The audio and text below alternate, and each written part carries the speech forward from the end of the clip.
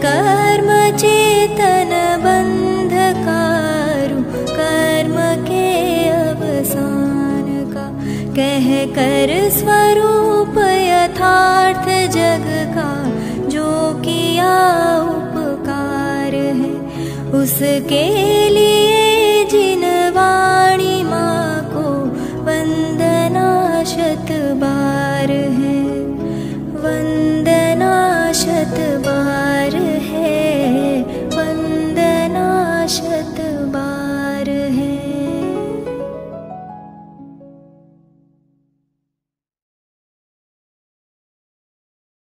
मोक्ष मार्गस्य नेतारं भेत्तारं कर्म भूव्रतां, ज्ञातारं विश्वतत्त्वानां वंदे तद्गुणलब्धये।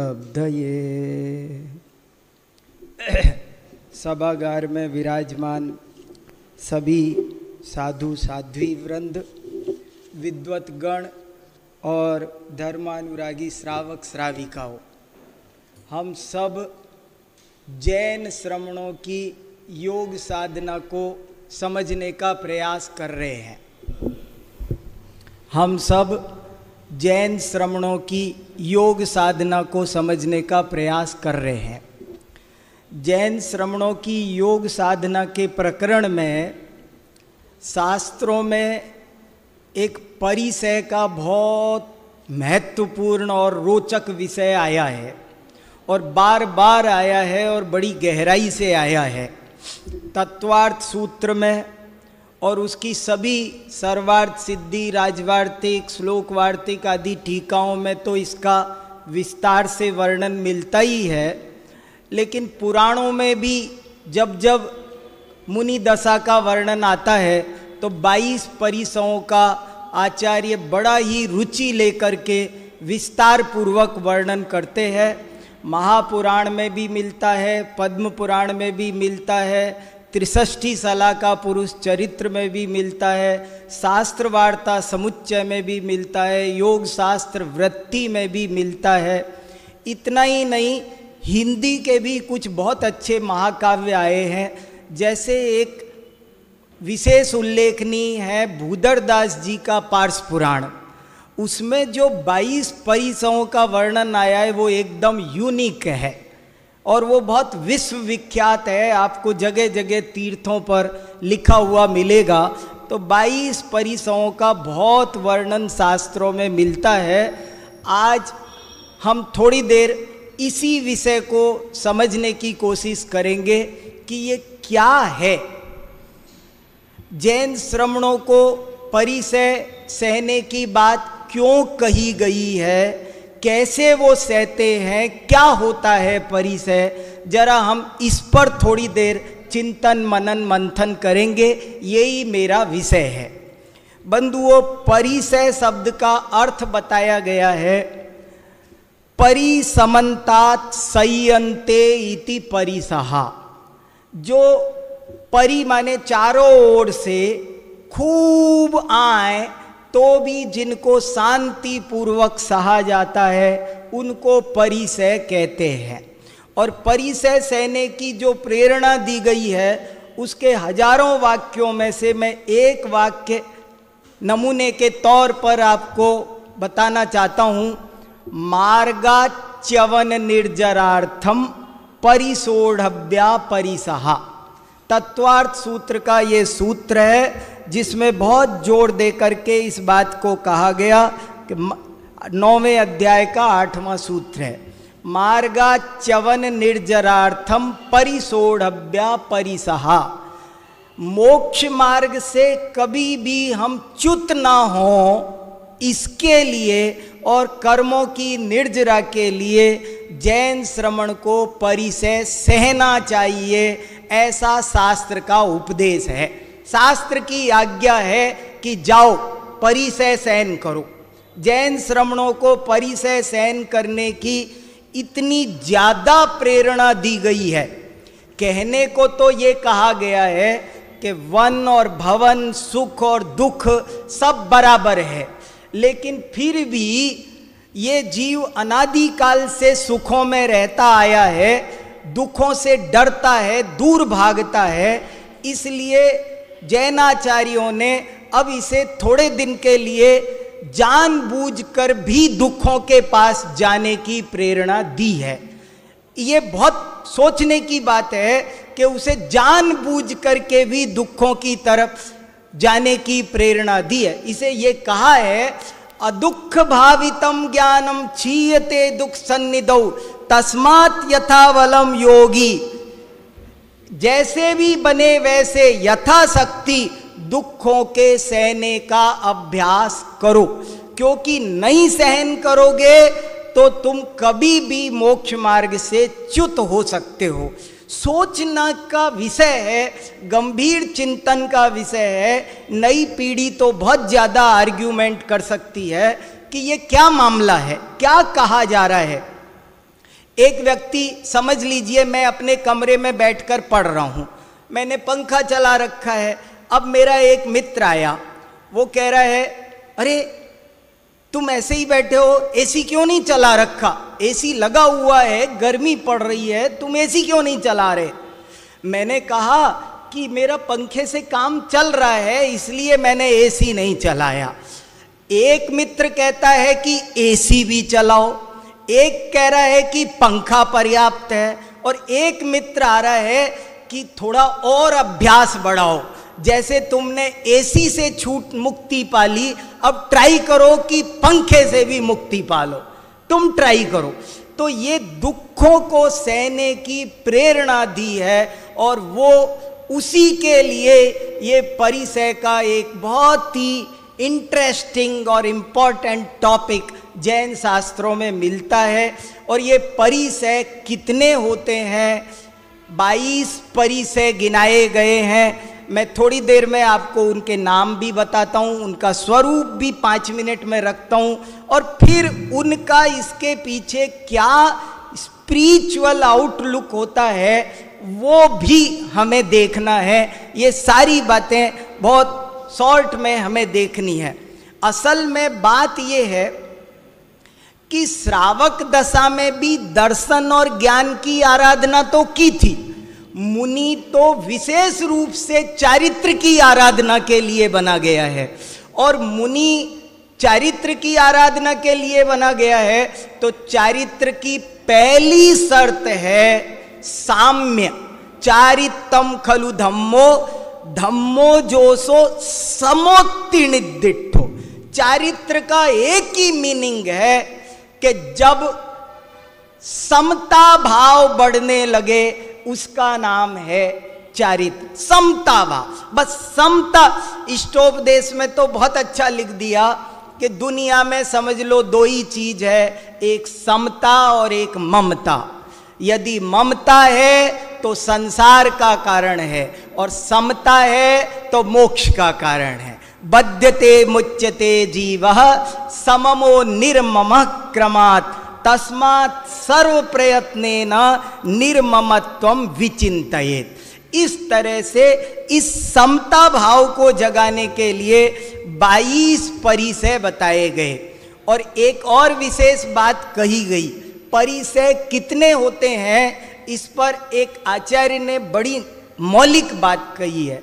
और वो मौलिक बात ये है कि परिसय कितने, तो वो लिखते हैं शब्द की अपेक्षा संख्यात, अर्थ की अपेक्षा असंख्यात, और भावों की अपेक्षा अनंत।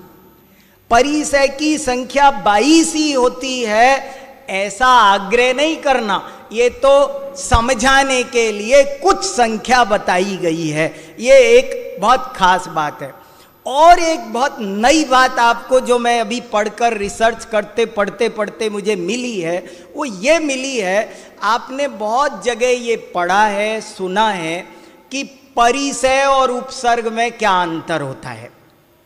देखो, और ये बताया गया है कि जब प्राकृतिक रूप से जो दुख आ जाए उसे परिसय कहते हैं, और जब कोई दूसरा व्यक्ति देवे तो उसका नाम उपसर्ग है। ये अंतर आपको किताबों में भी लिखा मिलेगा और विद्वान भी बताएंगे, लेकिन मैं आपको एक नई बात जो मुझे मिली है वो मैं आपको बताता हूं। जब मुनिराज सुख और दुख को समान समझने के लिए दुखों की ओर बढ़ते हैं, देखो एक और बात मिली मुझे, जब सुख और दुख बराबर है, वन और भवन बराबर है, तो वो दुख की तरफ क्यों बढ़ रहे हैं, सुख की तरफ? निंदा और प्रशंसा बराबर है तो निंदा की तरफ जाओ, निंदा सहन करो, ये उपदेश क्यों? प्रशंसा वाली, उसमें बड़ा मार्मिक बात कही गई। ये कहा कि सुख वाले प्रसंग और निंदा वाले प्रसंग में तो बचना भी आसान है। मान लीजिए जयंती लाल जी मेरी प्रशंसा कर रहे हैं, तो ये मेरे मित्र ही है ना, मुझे कपड़ा उड़ा रहे, सुख दे रहे मेरे लिए, मैं इनसे कह भी सकता हूं बस बस रुको रुको, बहुत हुआ बहुत हुआ, मैं इनको रोक भी, एक तो ये मुझे सुख देंगे तो मजा आने वाला है, तकलीफ नहीं होने वाली, और दूसरा मैं इनको रोक भी सकता हूं, लेकिन जब ये मेरी निंदा करेंगे, मुझे गाली देंगे, तो एक तो मुझे मजा नहीं आने वाला, उल्टा दुख होने वाला है, दूसरा मैं इनको रोक नहीं सकता, अब तो दुश्मन दे रहा है, दुखों से बचा नहीं जा सकता। इसलिए मुनिराज कभी भी उपसर्ग और परिसय से भागते नहीं है। कोई उपसर्ग परिसय आ जाए तो दूर नहीं करते हैं। कोई शत्रु गले में सर्प डाल जाए तो 3 दिन क्या 30 दिन बीत जाए, वो देखिए कितना, कोई भी कहेगा ये क्या है, ऐसे उतार के फेंक देते, अपनी लाइफ नॉर्मल जीते, कोई भी आर्ग्यूमेंट कर सकता है, लेकिन नहीं, वो यही तो इस बात को चेक कर रहे हैं कि मैंने शास्त्रों में सीखा क्या है, पढ़ा क्या है, मैंने सर्वम सदैव नियतम पढ़ा था, मैंने अहमिक को खलु शुद्धो पढ़ा था, मैंने भेद विज्ञान किया था, मैंने ये पढ़ा था कि बड़े से बड़ा पाप का उदय भी मेरा कुछ बिगाड़ नहीं कर सकता, और बड़े से बड़ा पुण्य का उदय भी मेरा कुछ भला नहीं कर सकता। ये जो मैंने पढ़ा था उसका प्रयोग कब करूंगा? वो ये प्रयोग करने के लिए उपसर्गों को दूर नहीं करते हैं और दुखों के पास जाते हैं। और जब वे दुखों के पास जाते हैं मित्रों, तो 3 स्थितियां बनती है। जरा देखिए, वो दुखों के पास जाते हैं तो 3 स्थितियां बनती है। एक, कोई देता है, एक अपने आप आ जाता है, और एक वो खुद भी लेते हैं। 3 पोजीशन बनती है। पहली को मोटा मोटी तौर पर जब दूसरा देता है तो उसे उपसर्ग कहा गया, जब प्राकृतिक रूप से आ जाए तो उसे परिसय कहा गया, और जब साधु स्वयं करे तो उसको कायक क्लेश कहा गया। 3 तरह के दुख हैं, एक कायक क्लेश, एक परिसय और एक उपसर्ग। क्या फर्क है कायक क्लेश, उपसर्ग और परिसय में? कि अगर मैंने ये नियम लिया कि मैं 8 दिन भोजन नहीं करूंगा, मैं यहीं बैठा रहूंगा, आज जाऊंगा ही नहीं, पद्मासन लगा के हिलूंगा ही नहीं, कुछ भी हो जाए, तो ये काय क्लेश है, क्योंकि मैंने स्वयं स्वीकार किया है। और अगर कोई दूसरा मुझे गाली दे रहा है, आक्रोश आदि कर रहा है, तो ये उपसर्ग है। और सर्दी पड़ रही है तेज, तो ये परिसय है। ऐसे 22 परिसय की जब हम लिस्ट पढ़ते हैं तो मैं 1 मिनट लिस्ट पढ़ाता हूं, क्योंकि मेरा एनालिसिस तभी समझ में आएगा जब 22 परिसय की लिस्ट आपके ध्यान में आएगी। 22 परिसय के जरा नाम सुनिए कि जैन श्रमण कैसे किन 22 परिसयों को मुख्य रूप से सहन करते हैं। नंबर 1, क्षुधा।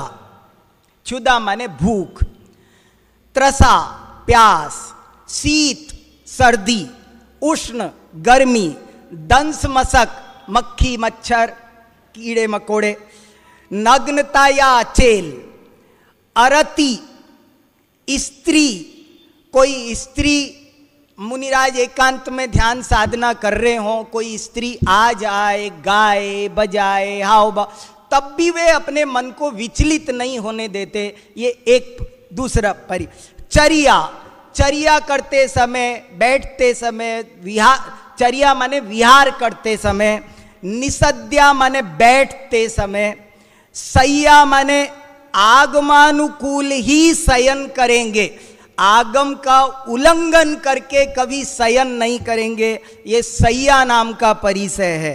आक्रोश, कोई दुष्ट जीव, पापी जीव मुनिराज को गाली गलौच दे, बुरे वचन कहें तो भी उसको सहन करे, ये आक्रोश है। उनको मारने पीटने लग जाए तब भी वे अपने मन को विचलित ना होने दें, इसका नाम है वध परिचय। मुनिराज वन में निकले हैं, अपने पास में घर रसोई नहीं है, वे आहार के लिए भी श्रावकों के पास जाते हैं। याचना परिचय के दो अर्थ किए गए हैं। एक अर्थ तो ये कि वे याचना करके ही आहार करते हैं, स्वयं नहीं बनाते, और एक अर्थ ये किया गया है कि वे कभी याचना नहीं करते हैं, सिर्फ जाते हैं, मुद्रा भर दिखाते हैं, मांगते नहीं हैं मुंह से मुझे देव, ये अलाभ कदाचित ना मिले तो भी शांति रखते हैं, ये अलाभ परिचय है। शरीर में रोग हो जाए तो शांति रखते हैं, ये रोग परिचय है। तृणस्पर्श, तृणस्पर्श परिचय का मतलब है मुनिराज जब विहार करते हैं जंगल के बीच से, सकड़े सकड़े रास्तों से, तो अगल बगल में घास फूस बहुत लग जाती है, उससे खुजली भी हो जाती है, नाक कान में भी घुस सकते हैं, बहुत प्रॉब्लम क्रिएट कर सकते हैं, वो अलग चीज है। वो तो इस दो परिचय अलग अलग है, एक चर्या परिचय है, एक तृणस्पर्श परिचय है। पैदल चलना, कांटा कंकर पत्थर लगे तो उसको सहन करना, ये चर्या परिचय है। और तृण परिचय में वो नहीं है। तृण परिचय में कोई भी धूल तृण शरीर के आके चिपके और कोई परेशानी पैदा करे तो उसको शांति से सहने का नाम तृणस्पर्श परिचय है। मल परिचय, मुनिराज के शरीर पर मल भी लग जाता है, क्या क्या नहीं हो जाता है, आंधी अंधड़ सब आते हैं। ध्यान साधना पद्धति में महायोगी ऋषभ देव कितने दिन तक योग करते रहे, बाहुबली करते रहे, बड़े बड़े करते रहे, तो उसको सहन करना मल परिचय। एक है सत्कार पुरस्कार, दुनिया प्रशंसा करती हो तो उसमें भी प्रशंसा को पचाना बहुत कठिन काम है, वे उसको भी पचाते हैं, अभिमान नहीं करते, ये सत्कार पुरस्कार परिचय है। मैं बहुत सोचता हूँ कि मुनिराजों के ये परिचय सत्कार पुरस्कार, प्रज्ञा, प्रज्ञा नाम का एक परिचय है, देखो तो सही आप। प्रज्ञा का मतलब ज्ञान का बहुत विकास हो जाए, बड़ा ज्ञान प्रकट हो जाए, 64 रिद्धियां मने पर यह ज्ञान प्रकट हो जाए, तो भी मुनि महाराज जमीन पर ही रहते हैं। हमारी मुहावरे की भाषा में उड़ते नहीं कि मैं बहुत बड़ा हो गया, इसका नाम है प्रज्ञा परिचय। अज्ञान परिचय, ये देखो क्या, एक परिचय का नाम है प्रज्ञा और एक परिचय का नाम है अज्ञान। बहुत ज्ञान प्रकट हो जाए तो भी वो कुछ नहीं समझते, इसमें क्या ये क्षयोपशम ज्ञान है, और अगर ना प्रकट हो तो भी कोई बात नहीं, ऐसा ही कर्म का उदय है, आत्मा तो सहज ज्ञान स्वभावी है, ऐसा स्मरण करते हैं। पर्याय बुद्धि नहीं होते, पर्याय में उनमें ध्यान नहीं देते, तो ये अज्ञान परिचय। अदर्शन परिचय, दर्शन माने दिखना, अदर्शन माने इतने साल हो गए मुझे तप करते हुए, आज तक कोई रिद्धि प्रकट नहीं हुई, मेरे बाद में जिनने लिए उनको हो गई, ऐसे सोचना ये अदर्शन परिचय का उल्टा है, और ऐसा नहीं सोचना वो अदर्शन परिचय है। और ये बहुत गजब गजब के, बहुत लंबा और सुंदर और बहुत इंटरेस्टिंग टॉपिक है। और आपको क्या बताऊं, आचार्यों ने, जैन आचार्यों ने ये लिखा है कि मुनियों को, साधु साध्वियों को, जैन श्रमणों को तो खूब परिचय सहना चाहिए, लेकिन श्रावकों को भी परिसय सहना चाहिए। रत्नकरंड श्रावकाचार्य में साफ साफ लिखा है, शीतोष्ण दंश मसक परिसय मुपसर्ग मपिच मौन धरा। सामायिक प्रतिपन्ना, सामायिक करने वाले श्रावक को उस समय मक्खी मच्छर, हमें जरा सा भी खुजली होने लगती है, खुजली करने लगते हैं सामायिक छोड़ करके, आसन बदलते हैं। ये क्या, ये सब गलत है। पहले बड़े बड़े राजकुमार वारीसेन, सेठ सुदर्शन, ऐसे ऐसे श्रावक हुए हैं कि अष्टमी चतुर्दशी को शमशान में जाकर तप किया करते थे, परिसय और उपसर्ग सहन किया करते थे। तो ये बहुत सुंदर कंसेप्ट है, बड़ा ही प्यारा टॉपिक है। बहुत आप चिंतन करेंगे, समय देंगे तब ये समझ में आएगा। इस परिसय वाले टॉपिक में भी एक और बहुत खास बात है।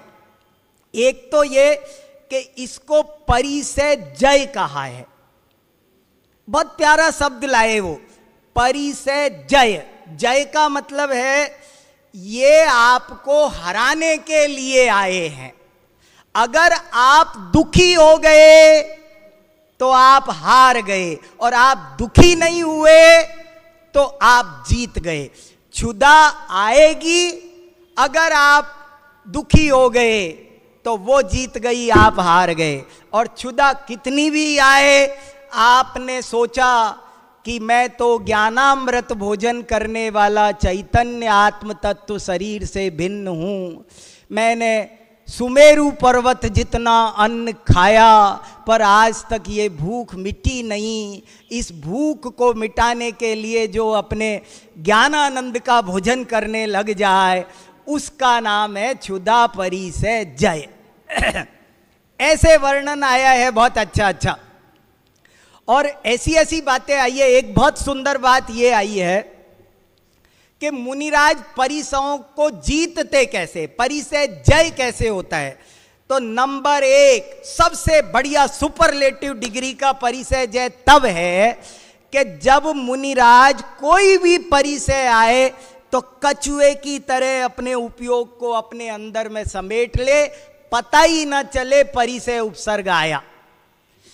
परिसय जय का सर्वोत्तम तरीका है कि अपने, जैसे कछुआ होता है, उस पर कोई भी संकट आए तो अपने सारे अंग उपांगों को अपने अंदर समेट लेता है। ठीक ऐसे ही जब भी कोई परिसय उपसर्ग आए तो अपने उपयोग को अपने अंतर में ले जाओ, शुद्धोपयोग करने लग जाए, तो ये सर्वोत्तम परिसय जय है। और कदाचित ये ना हो पाए, सदा सबको होना संभव नहीं है, ना हो पाए तो वो उच्च कोटि का आध्यात्मिक चिंतन करे, तभी परिसय जय है, नहीं तो परिसय जय नहीं है। देखो, जो महत्व है वो है उसके पीछे रहने वाले आध्यात्मिक दृष्टिकोण का। भूख सहना, दुख सहना वो बड़ी बात नहीं है। दुनिया में सब सहते हैं, दुकानदार भी सहन करता है, भूख प्यास सब सहन करता है, गुस्सा भी सहन करता है। ग्राहक दुकान गुस्सा करे तो क्या करता है, सहन करता है कि नहीं। वो परिसय जय नहीं है। परिसय जय तब है जब वो आध्यात्मिक दृष्टि के साथ हो। ये एक खास बात है। क्षुधा, एक छोटा सा दृष्टांत 1 मिनट का सुनिए। मान लीजिए 3 लोग भूखे हैं, एक राजा भूखा है, एक भिखारी भूखा है और एक श्रावक भूखा है। आज 3 लोगों ने भोजन नहीं किया, लेकिन जानते हैं आप क्या कारण है? राजा ने भोजन इसलिए नहीं किया कि अभी कल का ही नहीं पचा, गरिष्ठ खा रखा था, भूख नहीं लगी, उसने आज खाना इसलिए नहीं खाया है। भिखारी ने खाना इसलिए नहीं खाया है कि उसे आज मिला नहीं, और श्रावक ने, उसको भूख भी है, उसके साथ ना राजा वाली प्रॉब्लम है ना भिखारी वाली प्रॉब्लम है, उसने स्वेच्छा से आध्यात्मिक दृष्टिकोण से आत्म साधना के लिए भोजन का त्याग किया है। इसलिए ये धर्म है और बाकी और धर्म नहीं है। ये फर्क है, बहुत फर्क है। अकाम निर्जरा और सकाम निर्जरा में फर्क ही ये है। बहुत प्यारा टॉपिक है मेरे दोस्तों। ये जो परिसय सहन करने वाली बात है, वो किस बल पर परिसय सहन करना, सारा दारो मदार इसमें है। अगर परिसय सहन करते समय दुख हो गया तो दुख शोक तापा क्रंदन वद परिदेवनानी असद वेद्यस्य, असाता वेदनी का आश्रय होता है दुखी होने से, तो कर्मों की निर्जरा नहीं होने वाली। और मैं आपको एक बात बता रहा था लिस्ट गिनाने से पहले कि हम परिसय उपसर्ग में अंतर करते हैं, लेकिन जरा इस लिस्ट को चेक करो। हम आचार्यों ने 3 तरीके बताए, एक परिसय, एक उपसर्ग, एक कायक क्लेश। लेकिन इस लिस्ट को चेक करते तो हमें पता चलता है कि इसमें तो परिसय भी है, उपसर्ग भी है।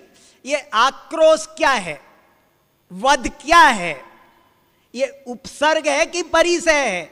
शीत परिसय है, उष्ण परिसय है, लेकिन वध और आक्रोश तो उपसर्ग है।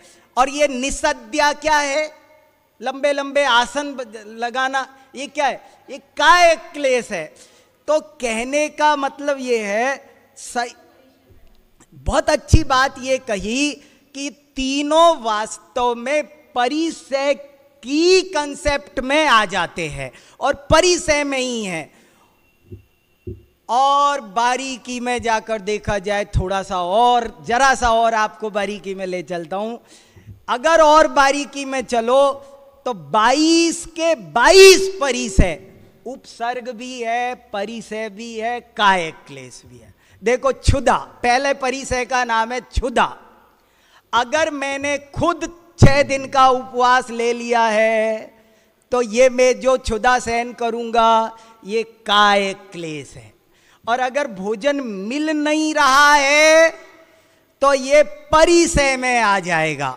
और अगर किसी ने रोक लगा दी है, मुझे भोजन नहीं पाने, राजा ने ऑर्डर दे दिया इनको कोई आहार नहीं देगा, तो ये उपसर्ग हो गया। अगर किसी ने रोक, क्षुधा भी तीनों क्वालिटी में जाएगा। क्षुधा उपसर्ग भी है, परिसय भी है, काय क्लेश भी है, ऐसे ही त्रसा भी है। 22 के 22 में ये बात लगेगी। और सबसे बड़ी बात तो मैं कितनी बातें आपको बताऊं, बहुत सारी बातें हैं। योग शास्त्र वृत्ति, क्षुधार्थ शक्ति भाग साधु रेषणाम नाति लंगयेत, अदीनो अविव्वलो विद्वान। कितनी भी दुख आए उस समय जो अधीन रहे, अविव्वल रहे, विद्वान रहे, वही वास्तव में श्रमण है। श्रमणों की योग साधना बहुत उच्च कोटि की होती है। ऐसा जैन साधुओं जैसा घोर योग साधना, घोर तप संसार में अन्य कहीं नहीं बताया गया। गुरु ग्रंथ साहब में एक बात लिखी है मित्रों, सिखों का धर्म ग्रंथ गुरु ग्रंथ साहब, उसमें लिखा है, दैया दिगंबरु देव विचारी, आप मरे औरे नहीं मारी। कि दया देखनी हो तो जैन साधुओं में देखो, स्वयं मरना पसंद करते पर एक घास चींटी को भी नुकसान नहीं पहुंचाते। ऐसे दया के अवतार जैन साधु होते हैं, बहुत आध्यात्मिक होते हैं। जैन साधुओं की सबसे बड़ी क्वालिटी उनकी आध्यात्मिकता होती है। श्रीमद् भागवत में लिखा है, श्रमणः वात रसनः अध्यात्म विद्या विशारदः। श्रमण वो है जो अध्यात्म विद्या के विशारद होते हैं। ये सब काम बाहर होते रहते हैं और मुनिराज वो हैं जो अंतर में अपनी चैतन्य की पूंजी को संभाला करते हैं। बाहर क्या क्या क्या क्या होता रहता है, 22,000 भी परिसय आए तो उन्हें कोई फर्क पड़ने वाला नहीं है, क्योंकि वे अपनी चैतन्य की सुरक्षित गुफा में निवास करने चले जाते हैं। यही जैन श्रमणों की योग साधना में परिसय की भूमिका है। हम सब श्रावक भी परिसयों को सहने का कुछ अभ्यास करें। मैं इसी पवित्र भावना के साथ अपनी वाणी को विराम देता हूँ। धन्यवाद।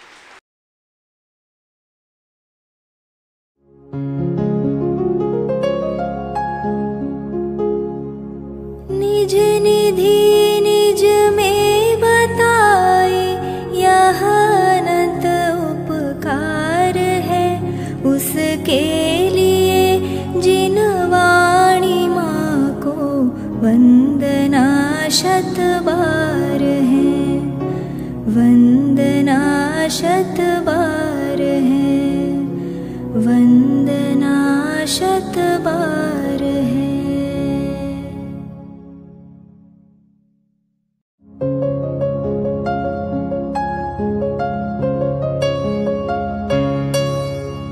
हे जिनवाणी भारती तो ही जपो दिन रैन, जो तेरी शरणा गहे सो पावे सुख चैन।